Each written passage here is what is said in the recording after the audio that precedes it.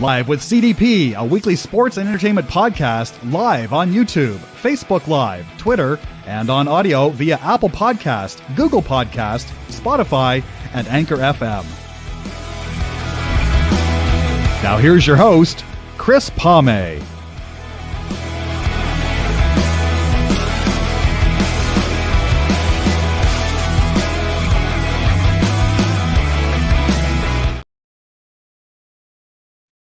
Good afternoon, everybody. Welcome to Season 5, Episode 11 of Live with CDP Sports Talk, brought to you by Barry Cullen Chevrolet, 905 Woodlawn Road West in the Guelph Auto Mall. Check out barrycullen.com for the newest selection of new and pre-owned GM vehicles, or give them a call at 519-824-0210 and tell them that CDP, aka Chris Palme, sent you there as well. And also, guys, you can pre-order the all-electric Silverado truck or now the all-electric Cadillac Lyriq as well. And again, I want to say thank you so much to Barry Cullen Chevrolet for sponsoring Live with CDP Sports Talk as well. I'm really looking forward to my guest today.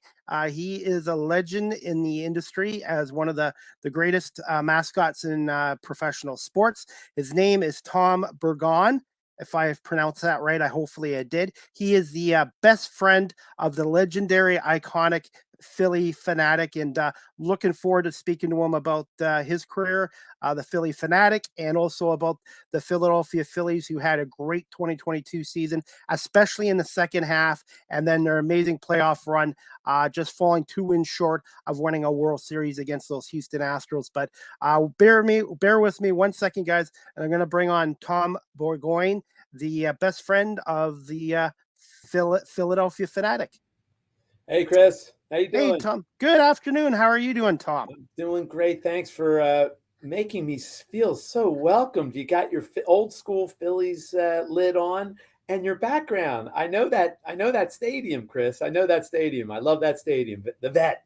Yes. One and only vet. Absolutely. And I was lucky. My late father, before he passed away, he took me to 2 games there, July 27th, July 29th, 1984, against the Montreal Expos. And being a 12-year-old kid at that time, I'd only been to Exhibition Stadium in Toronto and Tiger Stadium in Detroit. I was like a kid in a candy store seeing the vet. And one of the games I sat in was the 7-Eleven press box in left field. And it was like, wow, buffet food, everything. And seeing 2 great rivals go at it then. The Expos and the Phillies back then as well. But I remember the Phillie Phanatic as a 12-year-old kid. I was like, oh, he's so cool and stuff like that.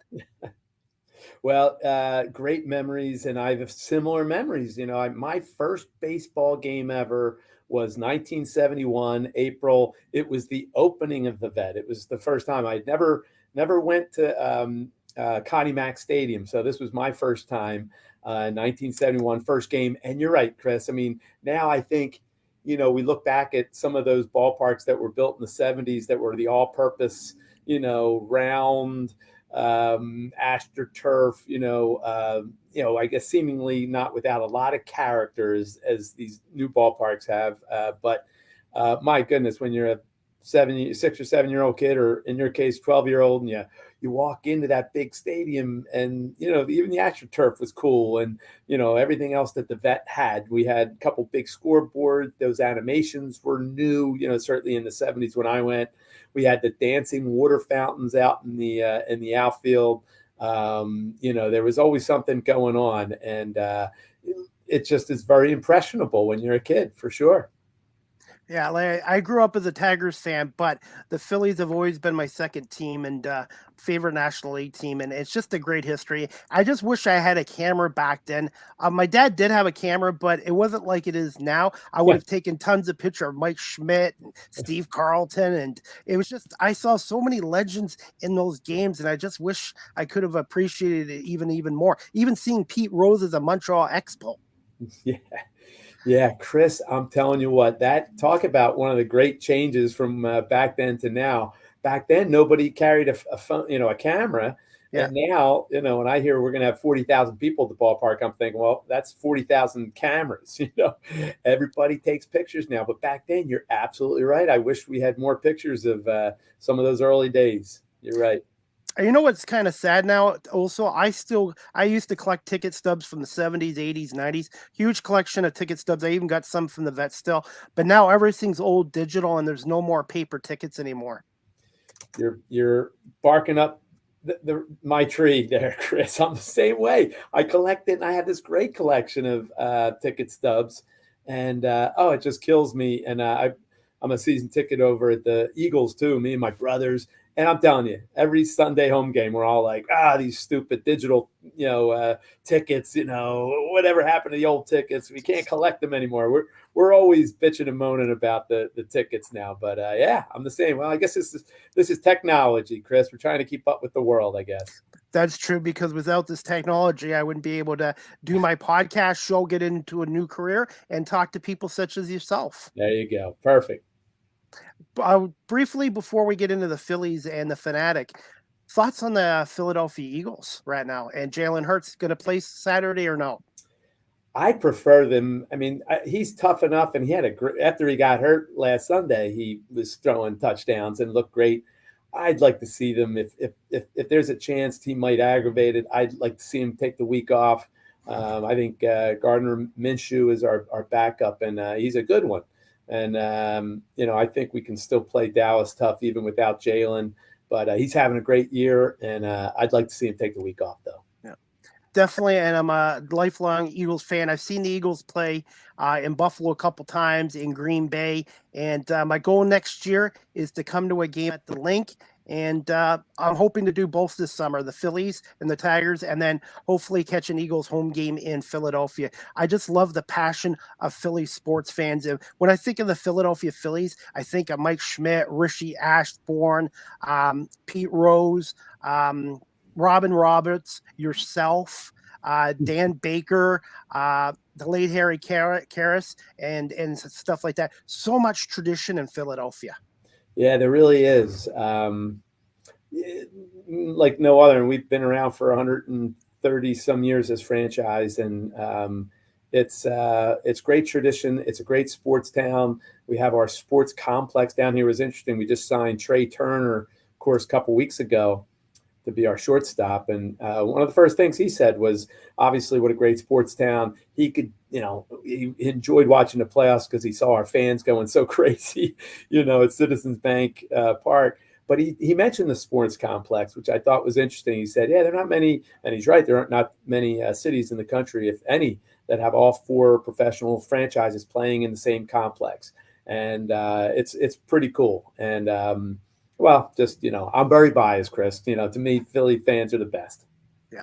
Now Detroit does as well, with the Lions at Ford Field, the Tigers at Comerica Park, they're next door, and then the Red Wings and Pistons at Little Caesars Arena. So Detroit is very similar to Philadelphia as a sports city, and having all their teams in the same complex as well. And one day I'd love to see a Phillies Tigers World Series. Obviously, the Phillies are ahead of the Tigers right now, but I was going to say, what were your thoughts on this 2022 Phillies team, and how do you like their moves in the offseason so far, Tom?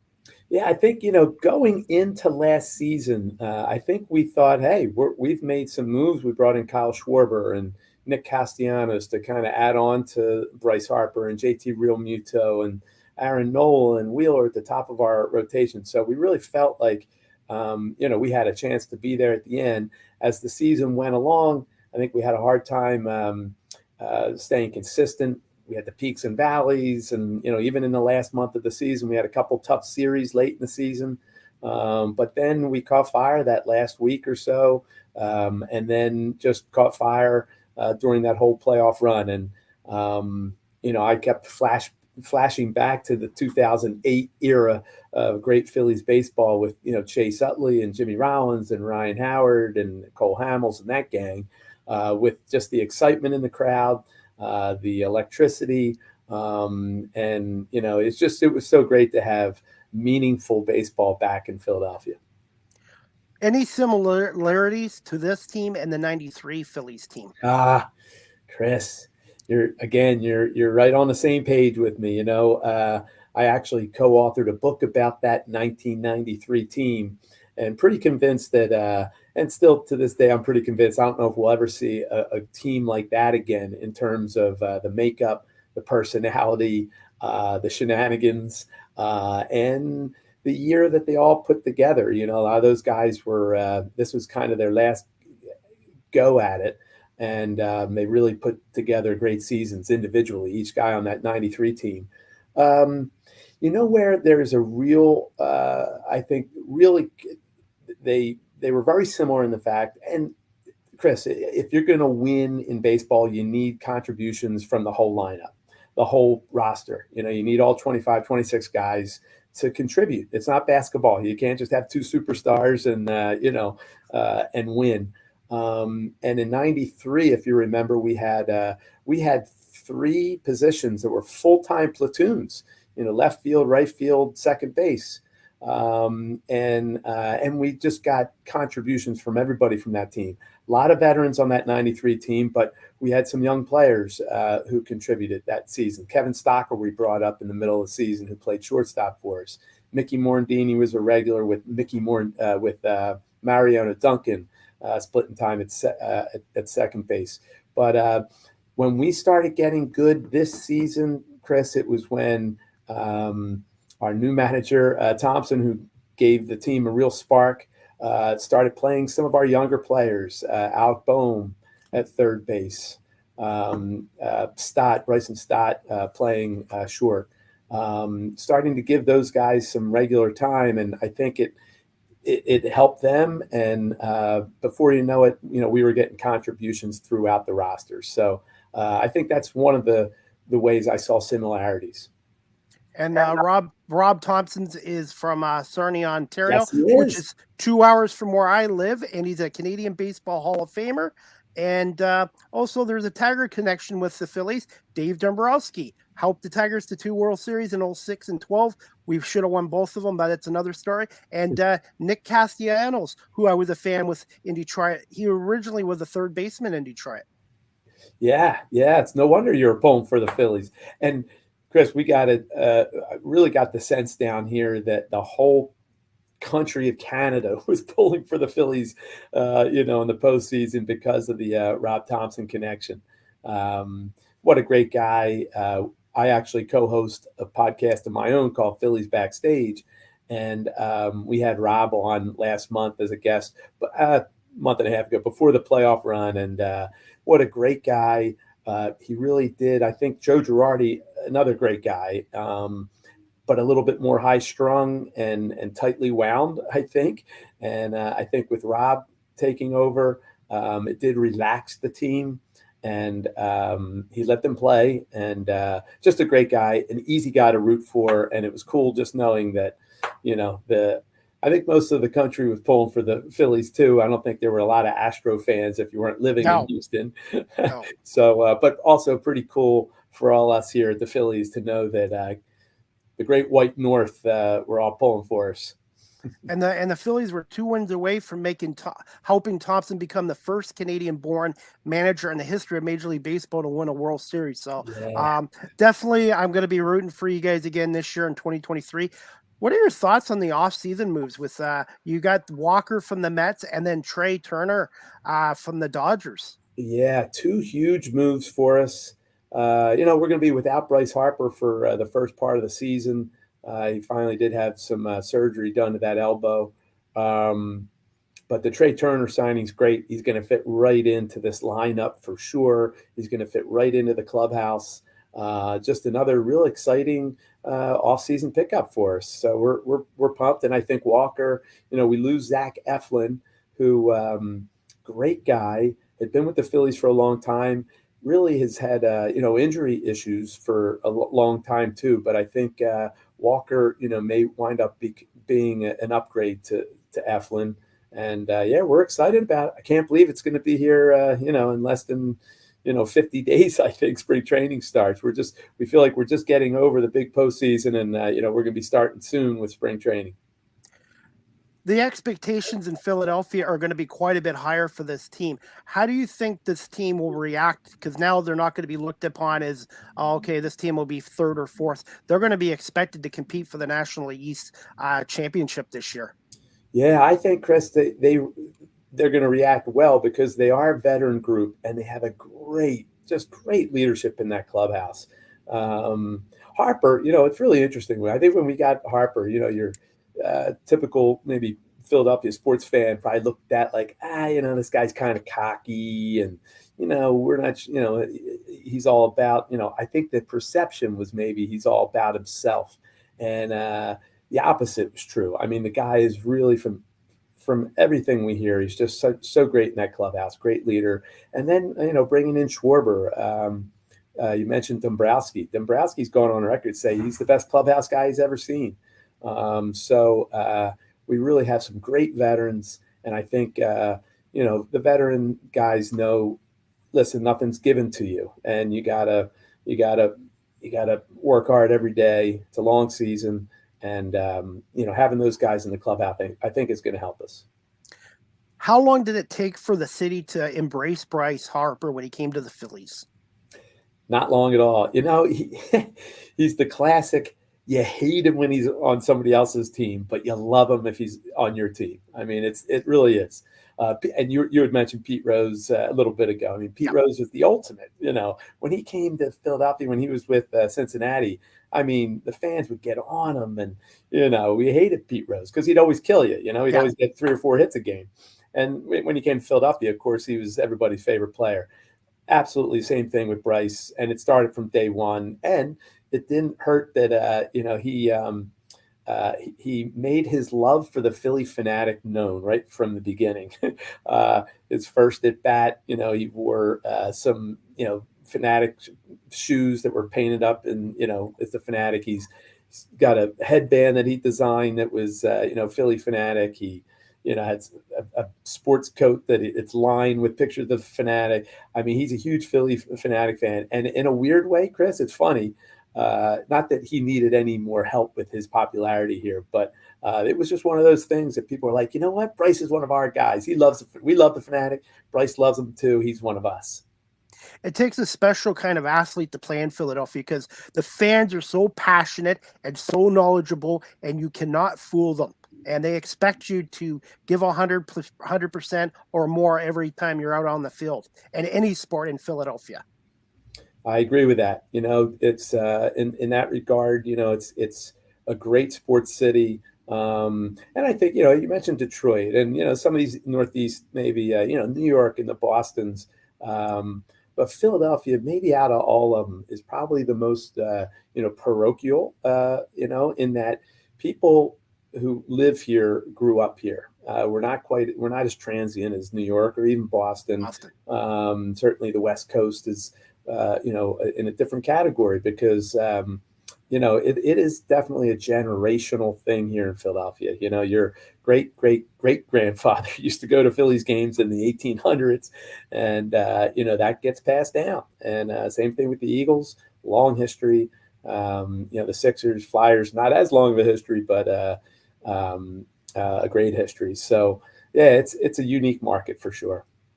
And one of the former Eagles who inspired me into doing a career change at 50, Vince Papale. He's the reason why I became an Eagles fan, and I loved his movie, and it's just his motivational stuff as well. So there is a connection between Philadelphia and myself. Vince Papale, what a great guy. He's the real Rocky story right there. Absolutely. Just going to get into some questions, Tom. I'll keep an eye on the time too. But can you tell my audience in Southern Ontario a little bit about yourself and how did you end up with the Philadelphia Phillies in 1989 and becoming the backup to the original Phillie Phanatic, David Raymond? Yeah, that's how it started. I grew up outside of Philadelphia, suburbs of Philadelphia, and I grew up, Chris. I was, class clown, of course, but also I was the biggest Philadelphia sports fan in Jenkintown, Pennsylvania, is where I grew up. And I went to high school. My classmates voted me in as the mascot. In high school. Went to Drexel University. I was not the mascot there, but took a job in sales. And the Phillies, because the Phanatic had become so popular, needed a guy to handle a lot of the outside appearances, the promotional appearances. And so they had a guy, he left. And so the Phillies put a one-time ad in the newspaper Just Mascots won it. That's all it said. And it didn't say Phillies. It didn't say Phanatic. It said Mascots won it. And I just got lucky. I saw this ad. They ran one time. I sent in a letter and a resume. And the Phillies called and said, hey, they were looking, for a backup Phillie Phanatic. So it was like a dream come true that I was going to come in and interview and audition for that job. And I wound up getting the job. And so that's what I did for the first 5 years. You mentioned Dave Raymond. He was the original first best friend of the Phanatic. And but I was his assistant for 5 years, handled a lot of those outside appearances. And then after Dave left, after that 93 season when the Phillies went to the World Series in Toronto, I took over all the game day responsibilities and a lot of the travel. And, from Dave, I've been doing that for, this will be my 30th years. That'll be my 35th year altogether now. So it's been a great ride, just a great, great ride. And I believe Dan Baker went to Drexel University as well, I believe. Dan worked at Drexel for a number of years. Okay. Dan, our public address guy, he's been in the business for 50 years now. He's the best in the business. And he was big in the Philadelphia sports scene, Big Five basketball. He was the executive director for that for a long time. But then, yes, he worked at Drexel for many years. Definitely. When you went for the interview, was it Bill Giles that interviewed you, if I recall? No, but good thought there. Bill he was our president at the time, but no, it was a panel. It was Dave, and then a woman, Chrissy Long, who was running our promotions department. A couple of people who had created the costume were there, and it was wild. That interview. I remember. They were asking me things like, what's your favorite cartoon and what music do you like to dance to? It wasn't your typical IBM interview, and so I remember bringing in some pictures. I'm a huge Philly sports nut, so there was a picture of me in the Philadelphia Inquirer, 8.5 by 10 color picture on top of a statue in Center City, Philadelphia, after the Phillies had won in 1980. So I brought that in. I brought a picture of me dressed in a Julius Erving jersey with a tuxedo on that ran one day in the newspaper. So I brought all these things in saying, hey, I'm this huge Philadelphia sports fan. This would be my dream job. And instead of kicking me out of the room for climbing statues during a parade, they hired me. So I got lucky. They hired you right on the spot, or did they call you a week later? Yeah, or it was about 2 weeks later. Yeah, it was about 2 weeks later, and it was just mind blown. I was going to say the Phanatic was born April 25th, 1978, if I recall that. And Chris, he made his debut on April 25th, 1978. He was born in the Galapagos Islands, and so we're not sure, what the birth date is, how old he is. He's got the mentality of an 8-year-old, but but yes, his debut was April 25th, 1978. I believe it was against the Chicago Cubs. You're correct. Yes, wow. Phillies won. I think it was 1-0 win in the Phanatic's first debut game. And a lot of people don't realize this. I remember this from years ago. The Phillies had an original mascots, Phil and Phyllis. That's right. I think a boy and a girl, and then they kind of moved on for a while there. Yeah, Colonial Phil and Phyllis. Okay. So when we opened the vet in 1971, they were these two characters that would come out. They would stand behind home plate for the national anthem, and that was the last you saw of them. The Phillies used their image for certain, in publications and even at the ballpark. There was on the facade right behind you on that facade. There was a big Phil and Phyllis. I think Phil was hitting the cannon. There was a cannon. So when there was a home run. But really, when you think of mascots, the San Diego Chicken was now he wasn't with the Padres. He was working for a radio station in the mid 70s, and the Phillies saw that and saw the chicken and thought, hey, maybe we as a team should, commission a costume to be made and we'd have our own mascot, which was something new, and a mascot that would entertain the way the chicken was entertaining, and I think chicken, but I also think Max Pacton, Max to me was really the original baseball mascot. He was the guy who would come out between innings, kind of pretend to be, the first base or third base coach.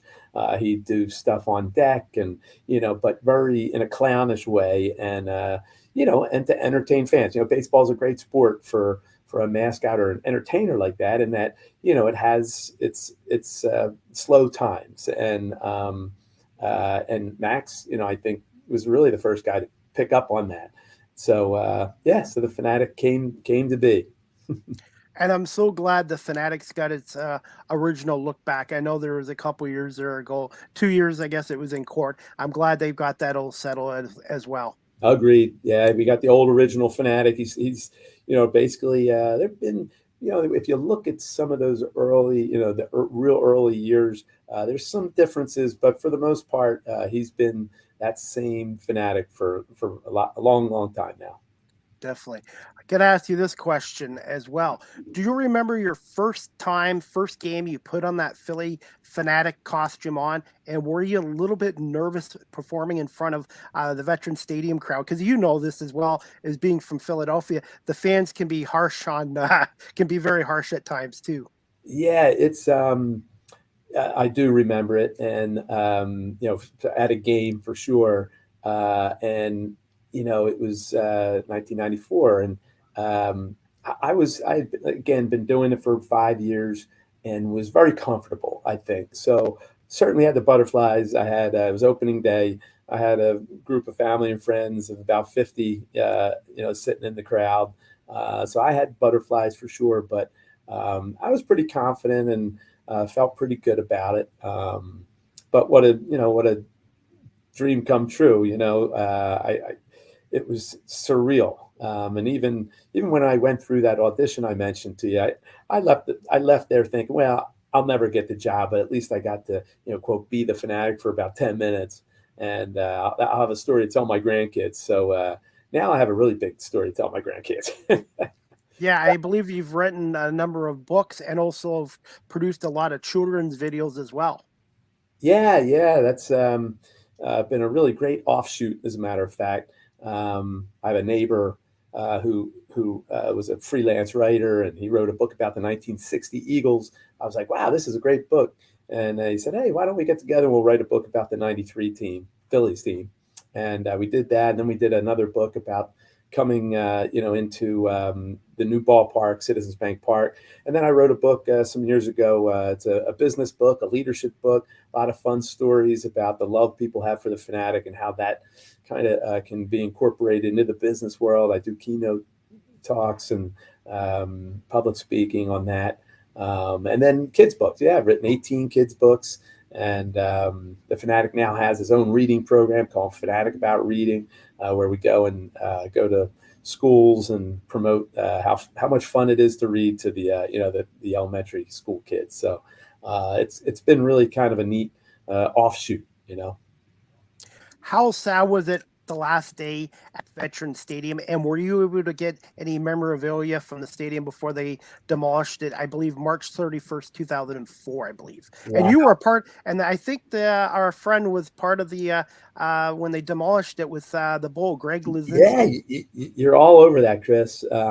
First of all, yeah, when I look back at some of my fondest memories, that 2003 season when we closed down the vet has got to be right up there. It was just every game we brought back a different personality, old player or media type or someone that had to do with the Phillies, and we had a little countdown board, so it's games to go, and the Phanatic, it was part of that feature every night. And then our last weekend was just just unbelievable, including that last game. We had a huge post-game celebration to close the vet down, brought in just a ton of ex-Phillies. The Phanatic did a last dance on the dugout. One of the things during that game, I remember just the Phanatic walking all around, got to as many sections as he could up in the upper deck, and just the people, with tears in their eyes and hugging the Phanatic and sorry to see the vet go. So that season really holds a special place for me. And I'm trying to think. You mentioned memorabilia. I told you there was like a countdown clock on the outfield wall, and we would tear the number down. And I think when it was the day of the Phillie Phanatic birthday party, which was a no hitter, Kevin Millwood threw a no hitter on the Phillie Phanatic's birthday party celebration in 2003, and he tried to upstage the Phanatic, Chris. It's really the day should have been about the Phanatic, and then people wound up talking more about Kevin Millwood's no hitter. So I don't understand that, but in any event, I think that number that we took down, I still have, and I have a little bit of dirt and a little swatch of AstroTurf. So yeah, I think they're my little memories of the vet. I noticed they saved the bases. They had base markers and the goalposts still out in the parking lot as well. It's too bad they couldn't make that into a kids junior, like a little league ballpark. Yeah, I know. I always think of the Joni Mitchell song. They paved paradise and put up a parking lot, because where the vet stood is now a parking lot with as you said, with some markers that designated home plate, and they did what they could. But yeah, it's a parking lot. What was your favorite old-time Phillies moment at the vet? And who do you consider the greatest player that played in that era at the vet? Well, I guess if you're talking that era, you have to say Mike Schmidt, hands down. And in terms of my favorite memory, it's funny. I do break my life, my life down into being a fan of the Phillies and then being an employee of the Phillies. And being a fan of the Phillies, I have to rank the 1980. I was at Game 1 of the World Series. Bake McBride hit a 3-run home run that kind of put us in front in that game after we were down early. The vet rocked, and so I'd have to put that one as a fan. And then working at the vet, man, I have a lot of fun memories. The Phanatic used to, on his birthday, would kind of always do a little bit of a stunt, and he did it for the first time on the birthday, and that was to rappel from the top of the vet all the way down to the home team dugout on a wire, doing about 40 miles an hour coming down that wire. And I did it open day, and then I think 2 other times since. But I always think, when I see that picture behind you, and I think of that, I'm like, yeah, that probably wasn't the smartest thing I've ever done. Yeah, I'm afraid of heights, and I know back in the '70s, the Phillies brought the Verlander family. I Oh think yeah, the the stunt people. Walendas. Sure, Yeah, Paul Walenda walked across. I was there for one of it. He walked twice. I was there for the first time he walked across. Yeah, on a wire. and that 700 level was quite high up. Yeah, you were high up there. Yeah.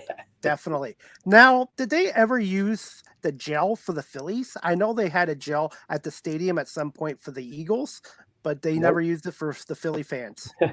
No, thank goodness.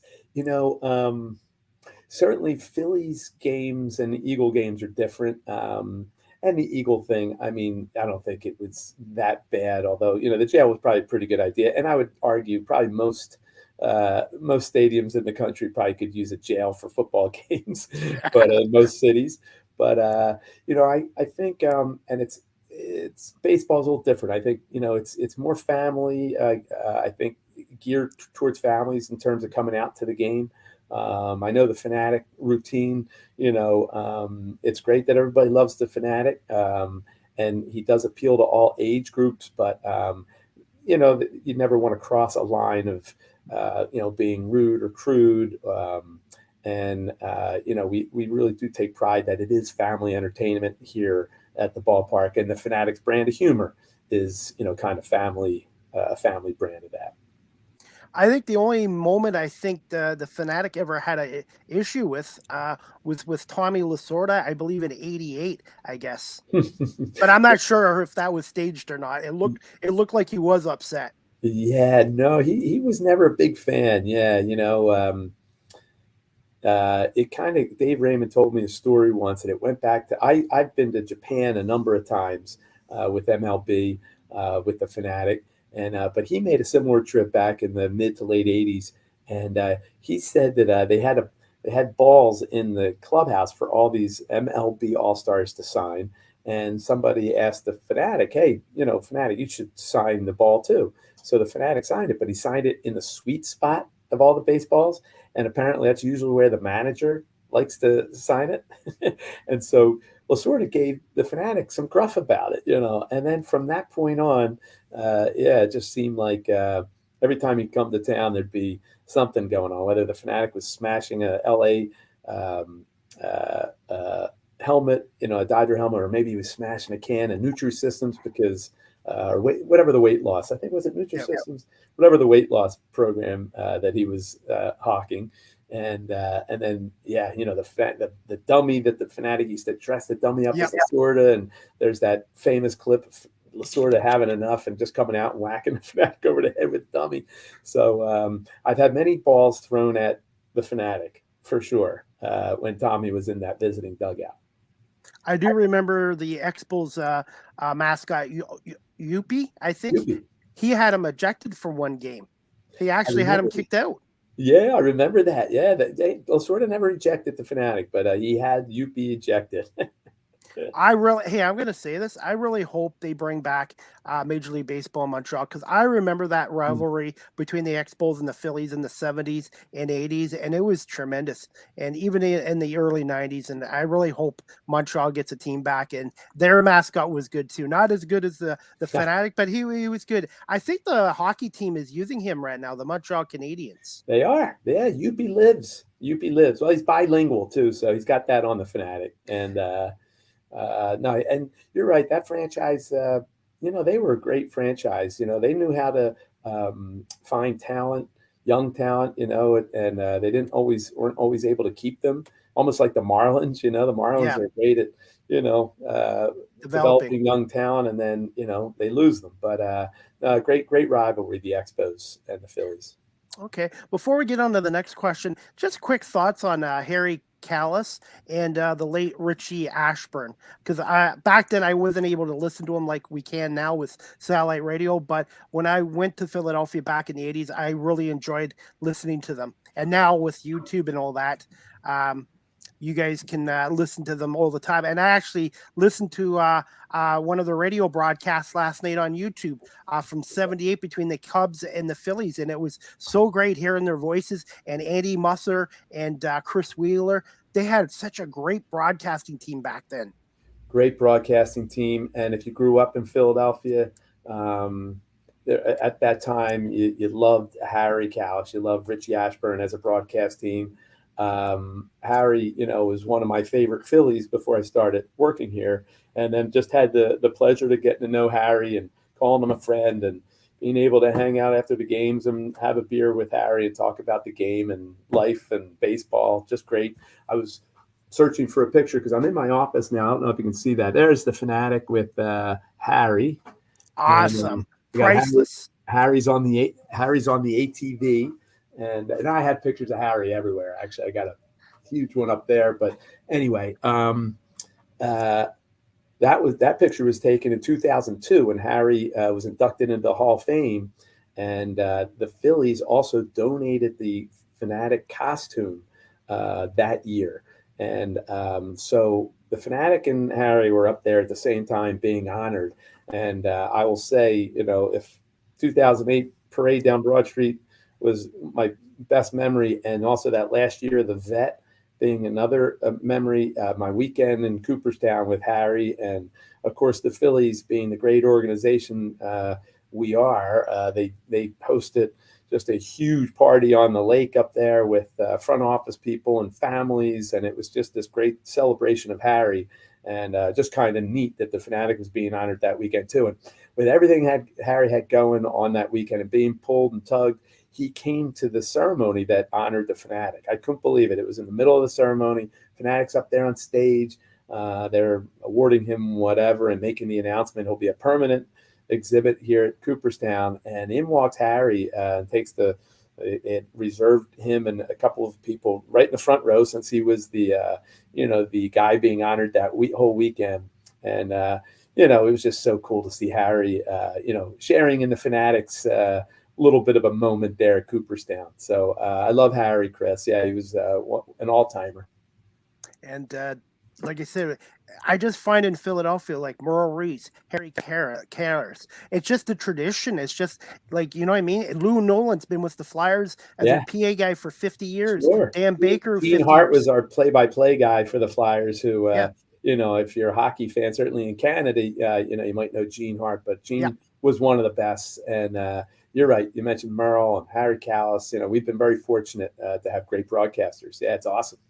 Also, Scott Frankie Yeah. and Larry Anderson, they work well together. Scott, I think, is obviously he's not replacing Harry, but I think he's doing a great job following in his footsteps. Really agree with you there. I think Philadelphia is like a no-nonsense city, as you mentioned, and that goes with your play-by-play guys. And Scott Fransky, if your listeners are able to, maybe on satellite, you get a game on the radio, with the Phillies. He's just got that Midwestern, slow pace to the game, knows how to weave a story, knows the exact pertinent stats to include. If you want to hear a great call, my favorite call of his was Roy Halladay's no-hitter in 2000. Was it 2010, 2011? 2010, yeah. 10, yeah. And against Cincinnati, game one, it's Roy Halladay's first playoff game. The guy was such a big-time player. Here it is. Everybody's watching to see how Roy Halladay is going to respond, in his first playoff game. And he throws a no-hitter at home. But Francie's call, that last out, it was a swinging bunt, basically, full swing, but it dribbled in front of the plate. And our catcher, Carlos Ruiz, had to make the play. He made the throw from his knees just barely got the runner out at first base. And just the way Fransky called that play, the description of it, and his voice, I mean, it's an all-time classic in my opinion. Quick thoughts on the late Roy Halladay, who was beloved in Toronto and also in Philadelphia, and his numbers retired in both cities. Yeah, what an exciting time in Philadelphia. We brought him in. Ruben Amaro Jr. Was our general manager at the time, who really had a fixation on Roy Halladay and had been trying to get Roy, I think, in Phillies pinstripes for a long time. Finally made it happen. And man, I mean, he joined a team that had been to the World Series twice, and I guess if you're a Philadelphia sports fan, you think of Lefty Carlton, when you think of guys in the modern day who we might all remember. And he was just as dominant as Lefty, just as intense. I actually have a story. It was opening day. It wasn't his first year, maybe his second year, but it's opening day, and the Phillie Phanatic had a big thing planned. In the fifth inning, the Phanatic was going to do a Lady Gaga routine, because that year Lady Gaga appeared at the Grammy Awards in an egg. She was carried in this huge egg because the song "Born This Way" was all about being born and coming out of an egg. So that's how she made her entrance. So the Phanatic decided to have a little fun with that on opening day. So we had this huge egg made that had to be carried out. We had 6 guys who carried this thing out. They were dressed as Roman security guard. I don't know. They were in togas for whatever reason. And they bring the egg out onto the field. This is between innings, in the fifth inning. So it's the end of the fifth inning. They put the egg on the field. The music "Born This Way" comes on, and out pops the Phanatic, but he's wearing the yellow dress. He's dressed as Lady Gaga in the "Born This Way" video. And he's dancing all around. We're playing St. Louis. I think he went over and was goofing with the third base coach and the guy on deck and having a good time. Well, the 6 guys who brought the egg out are sitting on the field, and they're laughing at the Phanatic antics. They're having a great time. And then they, leave the field. Well, nobody thought to take the egg off the field. The egg is still sitting out on the field. Well, Roy Halladay is the pitcher. He's behind the mound. He's got his arms crossed. He's staring at the Phanatic. And, Chris, you never want to be stared down. Wow. By the Phanatic, and so we got the egg off the field, but you didn't want to make, Roy Halladay wait. you know. So we delayed a little bit, but you'd see Roy was the most intense guy, but he'd see me, he'd see the Phanatic. He'd always have a big smile on his face, back, in the clubhouse or in the hallway, it's always, big smile. But man, when that game started, he was all business. Him and his wife, I think Brandy, did a lot of charity work. Sorry?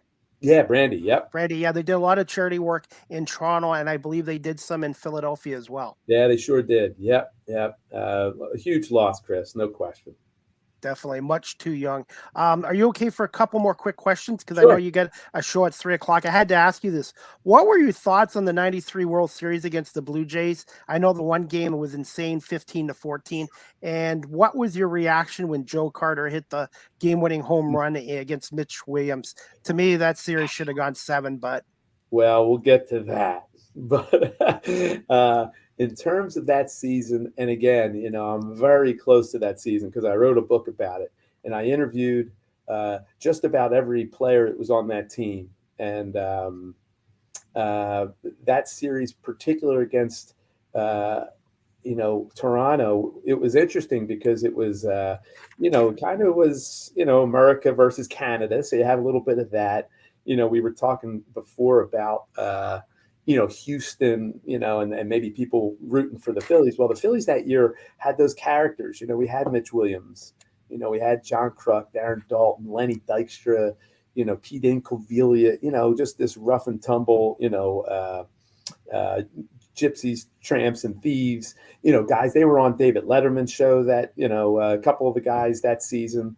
So they really had a following, so it was kind of interesting, playing kind of that classy, clean cut Toronto team and a team that was talented, just at every position. I mean, what a great Toronto team that was. So that was just kind of one of my impressions of, it was really kind of a series of opposites, and oh boy, yeah, the Joe Carter home run. I got married. So the Phillies went to the World Series in '93. I got married in November. So that was October. I got married in November, came back, and then got that full-time Phanatic thing happened in December. So it was a great 3-month period for me. But when he hit that home run, I was at an engagement party because I was getting married, a couple weeks later. And I remember everybody's, not paying attention to the game. This is game, 6 of the World Series. And I'm sitting in front of, a TV. And when he hit that home run, I just turned to my fiance at the time. I'm like, yeah, we're leaving now. I can't party right now. I have to leave. And then I'll tell you this, Chris, in 1997, baseball started the interleague play. Yes. So Joe Carter came back to Philadelphia in 1997. And I'll never forget it. We were talking about the Tommy Lasorda dummy. Well, the Phanatic put a Joe Carter jersey on that dummy, and came out onto the field the first game back that Joe's back. And now at this point, the Phanatic always is down at spring training. So I had run into Joe a number of times in Clearwater. Toronto obviously plays in Dunedin. And so I knew, he great guy and likes to have some fun. Well, I got, the Phanatic, Chris, not me. The Phanatic is pounding the heck out of this dummy. And out comes Joe Carter right out of the dugout, just like Lasorda did. And he grabs the dummy, whacks the Phanatic over the head with it, and muscles are bulging, and he storms back into the dugout. I'm like, uh-oh, I think the Phanatic really ticked him off this time. But then a big smile's on his face. All his teammates are high-fiving him.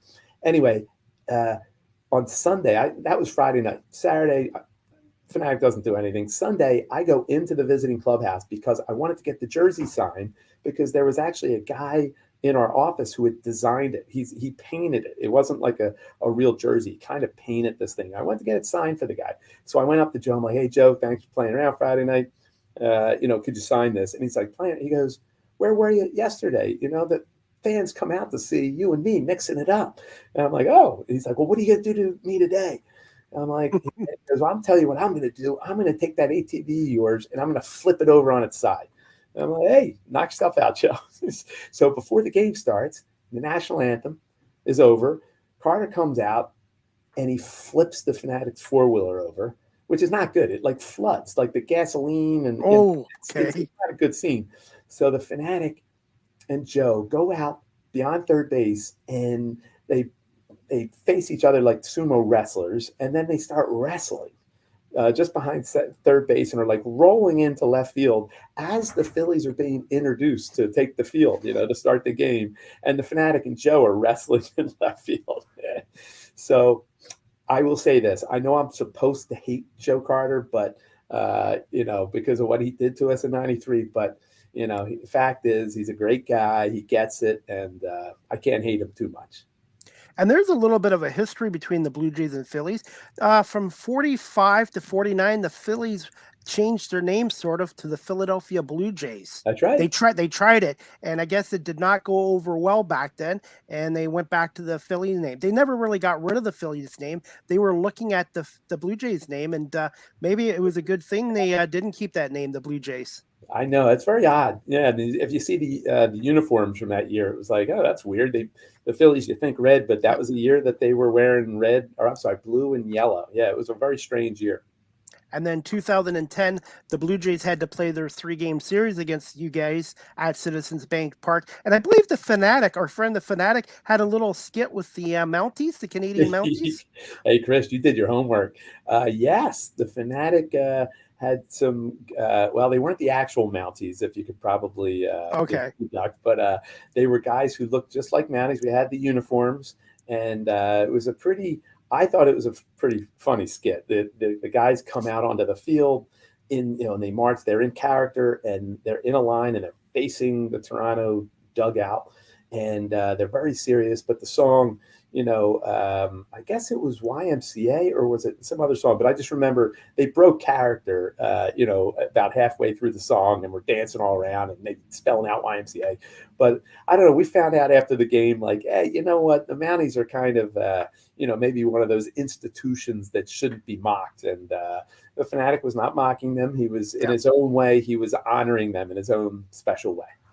Definitely. Also, one thing too, I don't know if people in Philadelphia know this, but when Toronto got their the Blue Jays, they were an expansion team. But back then, 1976, they had a deal to buy the San Francisco Giants. They had the name Toronto logo Giant. They were going to call them the Toronto Giants. It was almost a done deal. And then San Francisco's mayor and Major League Baseball blocked the move, and then they decided to appease Toronto by giving them the expansion team. But Toronto could have been in the National League East with the Phillies and Expos as the Toronto Giants back in 76. It was very close to be done. How about that? Listen to that. Yeah. I did not know that. Yes, and and I was only 4 years old at the time, but I love the history of baseball, by the way, in the States and in Canada as well. So just two more quick questions I wanted to ask you, because I know you got to get going for your show. This one I wanted to ask you, Tom. In the summertime while in costume, what is the hottest game you've performed so far? And what are one of the coldest games you performed at the Vet in Citizens Bank Park? Well, the Vet had that AstroTurf, and it really was, like you could fry an egg, it would get so hot. I was always pretty fortunate, I've never passed out. I'm trying to think, like, the hottest day. I mean, we've just had some hot days. You just have to be careful. You have to pace yourself, which is hard for the Phanatic to do. I remember, there was a time I was very busy visiting minor league ballparks. And so that's when I think of some of my hottest days, I think of some of the places that I've traveled. And I know going down to El Paso, Texas, and it was 117 degrees when the plane was landing. And I think at game time, it was still at 7:00 at night, it was still like 110 degrees. I remember that. And I remember in Chicago too, doing a Kane County Cougars game in Chicago. And Chicago, you don't think, heat waves, but they can have some nasty heat waves. And I remember having a problem with that one too. But listen, the Phanatic is from the Galapagos Islands, so he's very used to, dry, hot weather. So he's usually pretty good. And in terms of cold, the Phanatic's got that nice, he's got the fur, nice coat of fur on him. So I never worry about him in the cold. Got to ask you this question as well. How has being the best friend of the Phillie Phanatic changed your life? And what is it like being the iconic mascot in a great sports city like Philadelphia? Well, as I mentioned, it's it really is a dream come true, and I was very fortunate in that the character was already established. When I came on board, but as I said, I was a Philadelphia sports nut. I love making people laugh. I just still feel like I'm a kid, living out a dream. In terms of Philadelphia too, I mean. It's I told you I grew up in the suburbs, but I went to high school in the city. I went to college in the city. I loved Philadelphia, and still love Philadelphia. And I'm kind of proud that the Phanatic has remained one of the symbols, of Philadelphia. One of the things people think of. It's funny. You think of soft pretzels and cheesesteaks and Rocky and Ben Franklin, and the Phanatic isn't maybe up there with the cheesesteak or Ben Franklin, but it's kind of cool that I've seen them on those types of lists, maybe a little further down.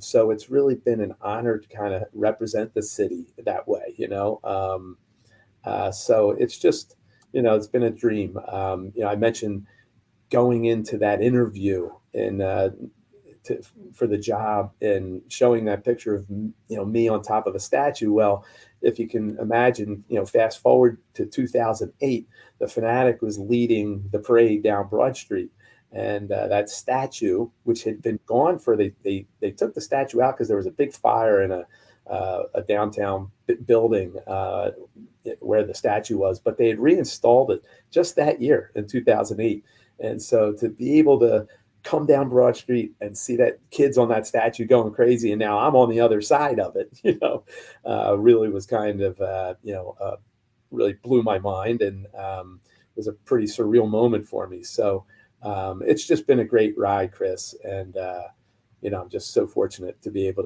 to do it. Going to put you on the spot here before we wrap it up. What is the best cheesesteak in Philadelphia? Woof, that's a tough one. Now everybody thinks of Pat's and Geno's. So, and I would say if you're a tourist, you're traveling to Philadelphia, it's still really a great place to go to. It's right in South Philly, in the neighborhood. They're competing places, catty corner on each corner, and it's awesome. If you're at a bar or something, you go there at 2:00 in the morning, you got the line, you really got the atmosphere. So I always recommend Pat's and Geno's, and they're great cheesesteaks. I'm a big John's roast pork fan, which is a little further up. Their hours are weird, so sometimes you can't at night. They actually shut down. It's more of an afternoon thing. Jim Steaks on South Street is a great spot too. So there are a lot of places here in Philly to get a good cheesesteak, Chris. I recommend them all. And the Phanatic certainly does. The Phanatic has made his way through every cheesesteak in town, I think. And also, what is the best beer in Philadelphia? If you have. Well, the Phanatic's not a beer drinker, but I am.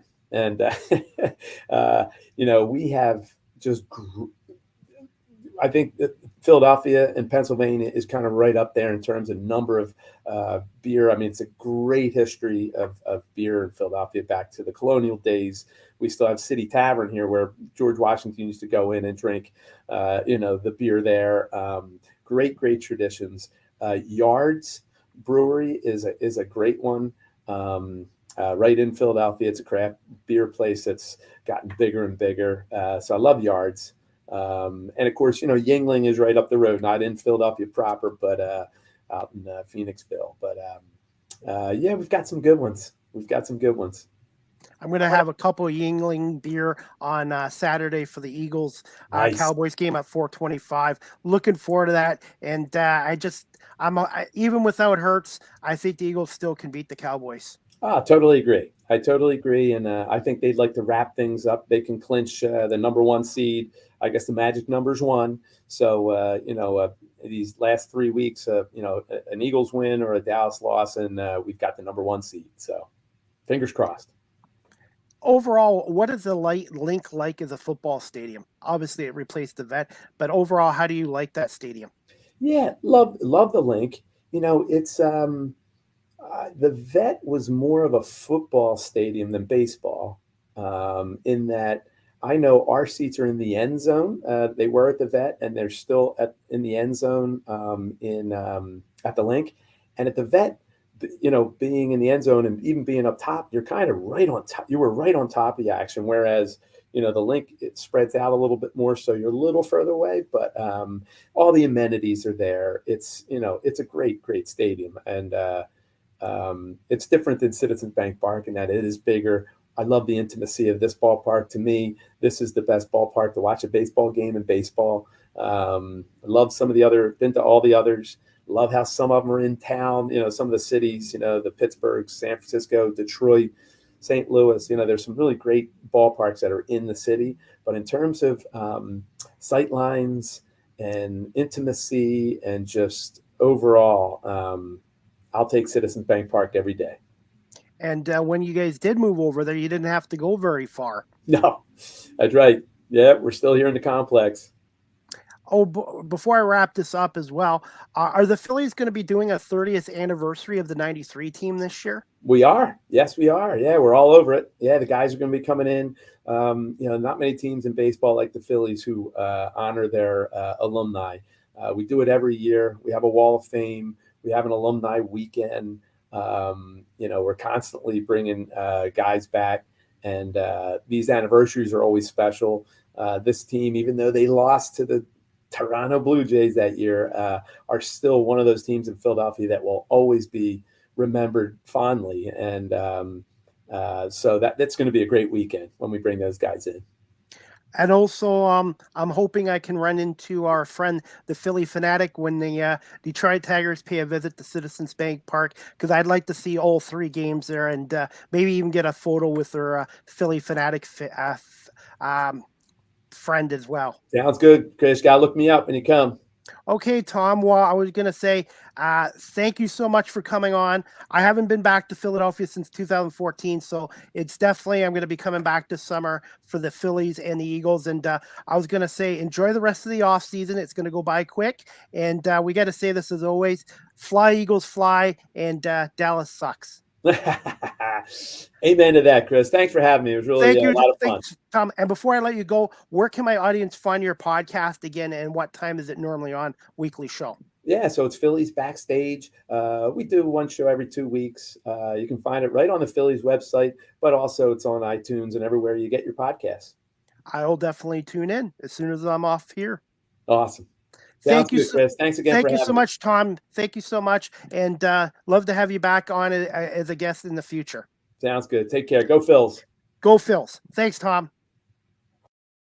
All right, guys. I hope you enjoyed season 5, episode 11 today with Tom Burgoyne. He's the best friend of the legendary, iconic Phillie Phanatic.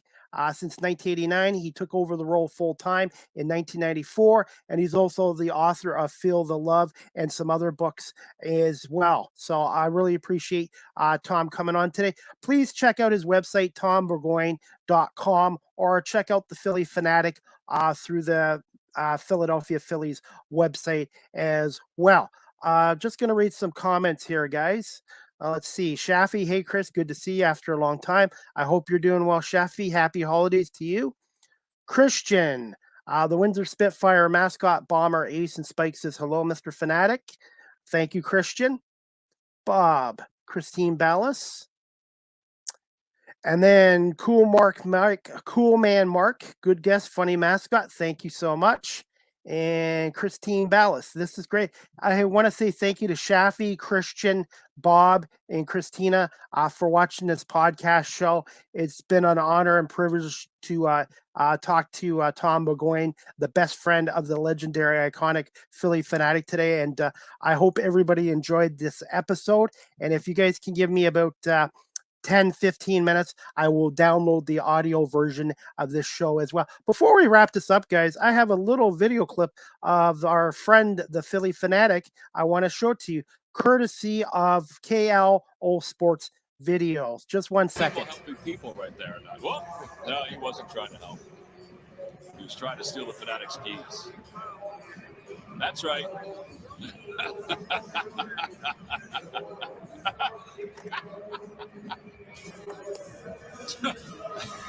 You see the physique of the of the mannequin. Tommy's a little bit hot, I think. And he's going to move that over, and now look at him go. Now he says, you don't make fun of me or my ball. And, well, he's becoming an impediment. He was active out there today in front of the Braves dugout. He and Anthony Recker got into a little WWE. I don't know who won. I think it may have been a draw. No, I think the headbutt was the best of all. When the Phanatic headbutted him? Yeah, I think that was the clothesline. Not to be funny, Mike, were they wool? No, that's a funny story. I want to go quick. The first night I played in Eugene, Oregon, the best. What? He got a foul ball. Well, the Phanatic in between innings. Matt, we were told from Matt, who's dressed as an umpire here tonight, that this is the wobble. Is that what they said they were doing tonight? Yeah, I've never.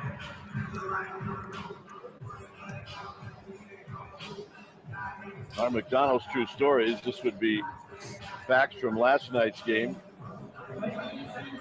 Ninth pitcher since 19. I don't know if the Phanatic speaks Spanish. He says, "Que paso, amigo?" I think the Phanatic speaks Philly talk. Look at that. He's gone. You got him. Huh? I got him.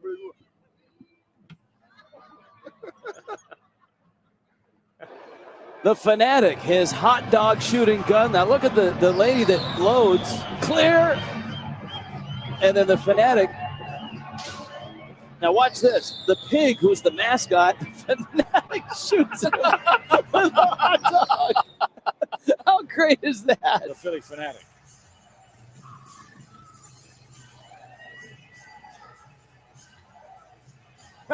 Oh, little Braves trickery. Chris Johnson took care of the Phanatic. And he's ready for all comers. Although the Phanatic was a little concerned about Tommy the Swordfish. He's looking for somebody to come and help him out. He's deflating.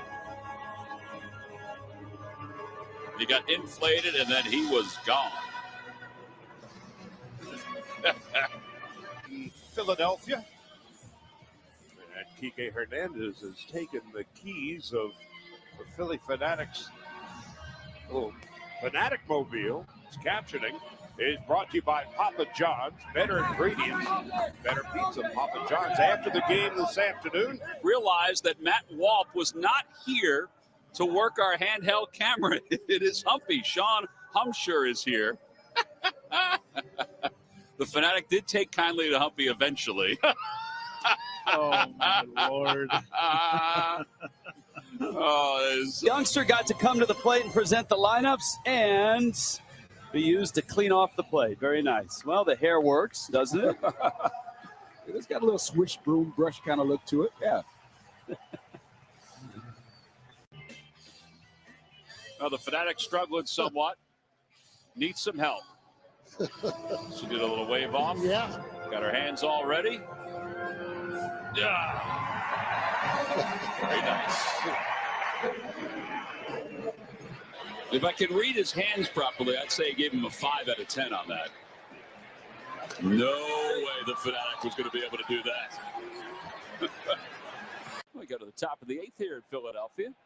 Cliff Lee in the shadows of the Phanatic, finishing his dugout dance.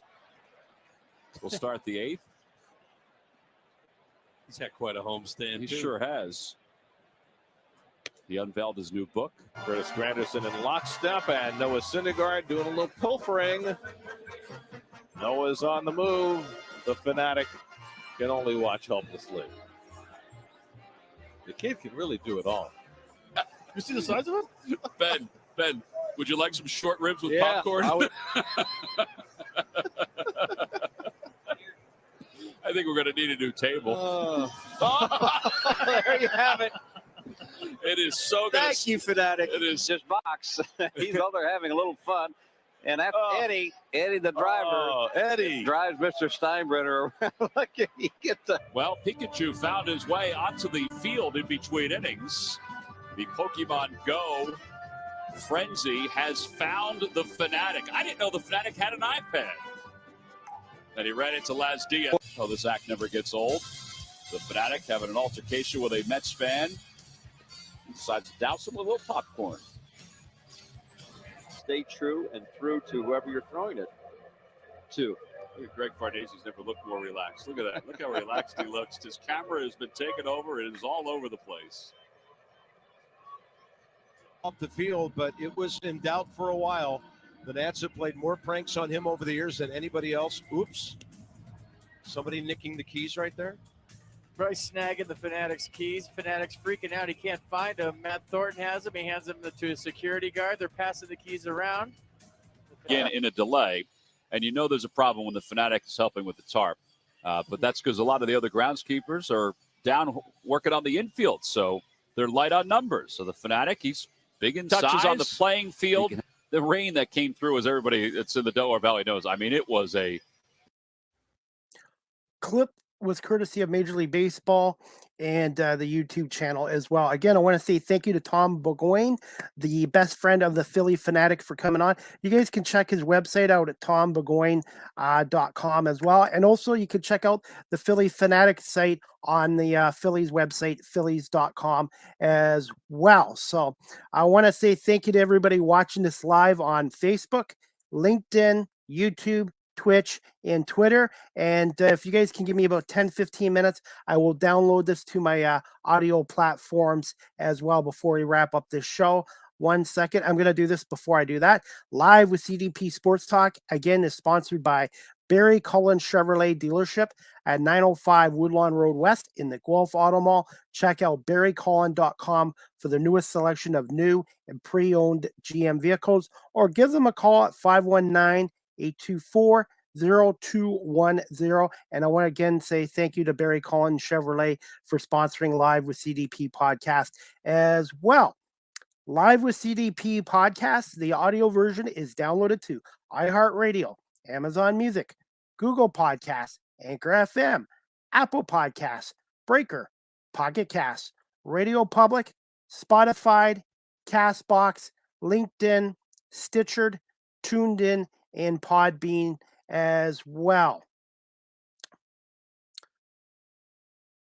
Also, guys, I have a little bit of sad news to share with you guys as well.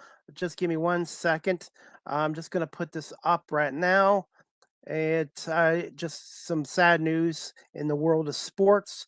And this is a picture of the late Barry Cullen. Barry Cullen recently passed away at the age of 87. He is the owner and founder of Barry Cullen Chevrolet in Guelph since 1969. Barry Cullen was also NHL player for 5 seasons, 4 years with the Toronto Maple Leafs from 55 to 59, and then spent the 59-60 season with the Detroit Red Wings.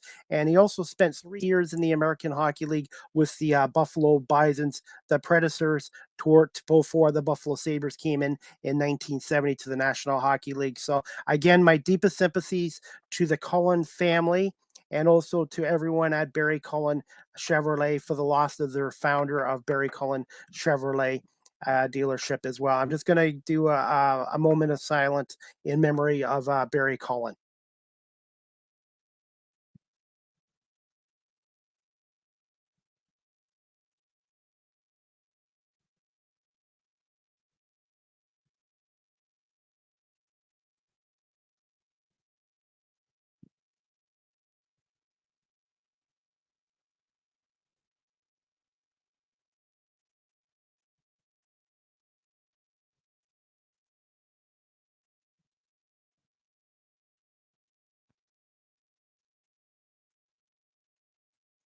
Thank you. And again, my deepest sympathies to the Cullen family and to everyone with Barry Cullen Chevrolet here in Guelph. And I want to also say thank you so much for Barry Cullen Chevrolet for sponsoring my podcast show this year. It means a lot to me, and I really appreciate that as well.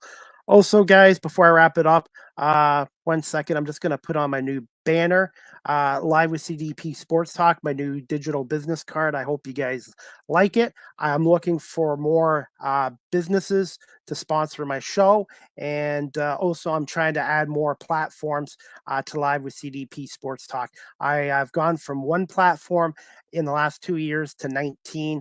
Again, I want to say thank you to everyone watching this on Facebook, LinkedIn, YouTube, Twitch, and on my 5 platforms live streamed: Facebook, LinkedIn, YouTube, Twitch, and Twitter as well, and my 14 audio platforms as well.